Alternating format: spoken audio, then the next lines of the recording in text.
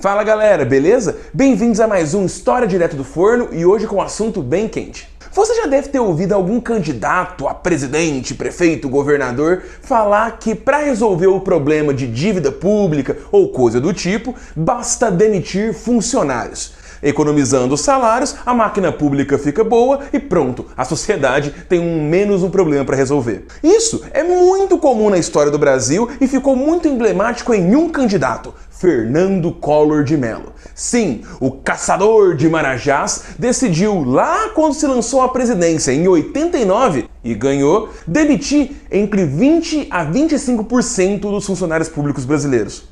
O quê? Você não conhece essa história? Então fica aqui que eu vou contar. Mas antes, deixa aí o gostei no vídeo, se inscreve no canal e se curtiu, compartilha com os amigos. Agora, vamos que vamos! Fernando Collor de Mello é de família alagoana e ficou muito famoso no Brasil por ter se tornado o presidente mais jovem da nossa história e também o primeiro presidente a sair do governo por causa de impeachment. Tem muitos vídeos do Collor aqui no meu canal, dá uma olhada. Um deles é um dos mais famosos, é sobre quando o pai dele matou um senador num bang-bang lá no Senado, mas para nossa história eu tenho que apresentar menos do Collor e mais do contexto. O Brasil na década de 80 estava passando por grandes questões econômicas. Tinha uma grande dívida pública, ameaça de calote, e que algumas vezes aconteceu lá no governo Sarney, assim como todo um jeito novo de se pensar a economia, já que estávamos na transição ditadura militar, redemocratização.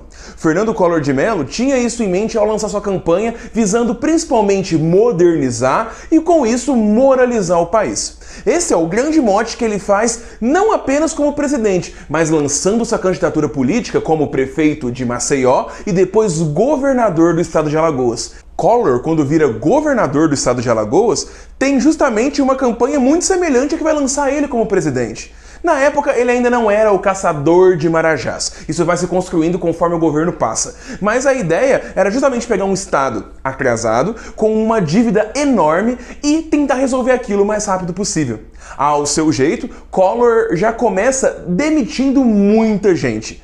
Existia um estudo na época, e quem conta isso é o jornalista Mário Sérgio Conte, que fez um excelente panorama sobre essa vida política do Collor, e fala que, no momento, Alagoas tinha praticamente 50% dos funcionários públicos indicados por mera questão política. Assim como existia um inchaço muito grande na máquina pública, feito justamente de arranjos coronelícios, entre outras coisas. Político chegava no poder, colocava uma galera enorme para trabalhar às custas do Estado.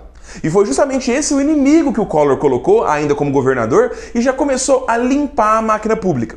A gente vai ter a demissão de praticamente 25% do quadro que compunha ali o funcionalismo público alagoano. E toda essa campanha envolvia um discurso forte, sempre messiânico, do Collor salvando a máquina pública e todo o que representava ser o funcionário público. Colocava a galera como os funcionários fantasmas, entre outras coisas, como corruptos, imorais, e ele iria salvar a galera. Essa força vai se construindo em Alagoas e vai lançar ele depois como candidato a presidente, sempre associado à própria imagem, sempre num ponto de vista midiático, e isso também se associa à sua candidatura em 89. De forma semelhante ao caos das contas públicas de Alagoas, o Brasil nos anos 80, como eu disse, estava passando por grande dificuldade.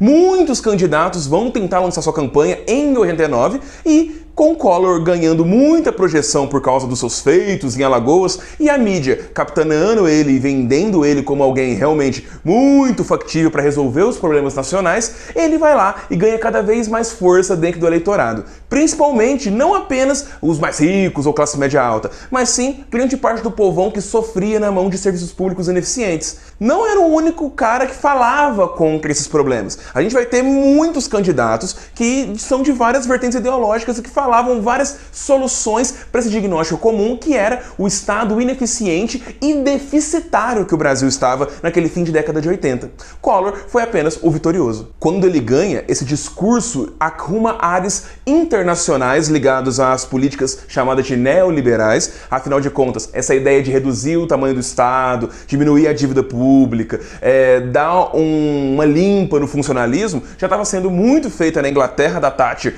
e nos Estados Unidos do Reagan, mas ao mesmo tempo envolvia diagnósticos locais da imprensa, de estudiosos da área da economia e da política, assim como percepções que estavam dentro de centros empresariais e até mesmo alguns sindicatos que viam na necessidade de melhorar o aparato do Estado para justamente melhorar o ritmo dos salários, as condições de trabalho, etc. Então, não é apenas uma conspiração de um lado político. O Collor tinha uma questão envolvendo muitos centros que pressionavam e davam as ideias que ele vai colocar. Porém, esse traço coronelista e messiânico, muito associado ao seu discurso e ao seu jeito heróico de fazer as coisas, que fez muito certo para ele lá em Alagoas, acabou sendo o jeito dele de fazer política. Dessa maneira, você pega um Estado brasileiro desse jeito, com vários interesses, e vai lá e coloca um cara que acha que na canetada resolve tudo. Ouviu, Milley? Então, o Collor, ele vai fazer justamente muitos discursos, muitas ações diretamente centralizadas em sua figura, e talvez um dos mais famosos seja o confisco das poupanças, mas acima de tudo, ele vai ter uma noção de diminuição do papel do Estado e também um redimensionamento da administração pública, colocando um discurso muito forte na época que era o socialismo está acabando, o capitalismo tem privilégios, mas também tem falhas, está na hora da gente pegar o melhor dos dois mundos e colocar um liberalismo social no Brasil. Essa ideia está muito forte e aparece nos discursos dele, nas propagandas dele, mas sempre menos ideologia e mais o colorismo, o jeito Collor de fazer política. Dessa maneira, é muito forte o discurso que ele dá, já colocando, tanto no plano de governo quanto no discurso da mídia, essa ideia de demitir de 20% a 25% dos funcionários públicos. E isso vinha justamente de um diagnóstico que o Brasil, a máquina pública inteira, tinha 1.600.000 funcionários federais. E aí, essa galera toda representava 360 mil de demissões. Collor tentou fazer isso na base da canetada, na base da conversa. Quando eu falo conversa, não de diálogo, ele falando justamente de um jeito muito imperativo. E isso faz com que as coisas fiquem complicadas, já que no Brasil os funcionários públicos tinham em grande parte estabilidade, direitos constitucionais para garantir o seu cargo, então não era simplesmente tirar todo mundo como se fosse um bando de cargos comissionados. Dessa maneira, Collor vai enfrentar muita resistência do Congresso, que não vai aprovar isso, principalmente pela força política que sindicatos de representantes de trabalhadores federais faziam pressão gigantesca no Congresso para impedir essas demissões, assim como o Supremo Tribunal Federal colocava um monte de decisões que iam contra esse entendimento. Então nós temos as instituições sendo pressionadas para controlar essa força do Collor de querer demitir muita gente. E isso é bem interessante da gente falar porque é uma grande lição de política. Eu já fiz um vídeo analisando como a falta de negociação acabou destruindo muitas das ideias do Fernando Collor e colocando ele sempre apelando ou para seu próprio heroísmo ou para a ligação que ele tinha com o povo. Esse presidente midiático que andava de jet ski e fazia corrida com camiseta com as principais ideias do governo. Dessa forma, Collor então não consegue fazer as emissões que pretende.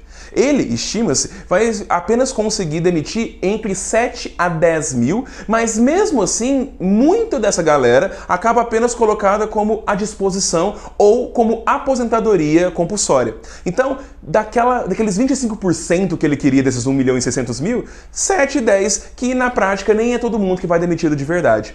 É um grande fracasso, principalmente porque o discurso de combate aos marajás e os funcionários públicos corruptos, descrutíveis, etc., eram o principal inimigo dele. Se nem essa principal fecha dele conseguiu ser um sucesso, imagina o resto do governo. E o que a gente sabe, muito disso é história, mas nos ensina muito sobre política e sobre grandes mudanças megalomaníacas que convencem na hora da campanha, mas na hora da política é bem diferente. Ninguém governa sozinho. E é isso, galera. Espero que tenham gostado desse vídeo, justamente porque é uma coisa bem desconhecida, fica muito no discurso do caçador de marajás, mas muito se ignora que ele realmente tentou fazer alguma coisa nesse sentido e, de fato, não deu certo, principalmente pela falta de política, pelo seu caráter centralizador, entre muitos aspectos que eu acabei de falar. Bom, se querem ouvir eu falando mais de Collor, Nova República, deixem nos comentários, assim como outras sugestões de vídeo, e eu vejo vocês semana que vem com mais um Direto do Forno. Até lá!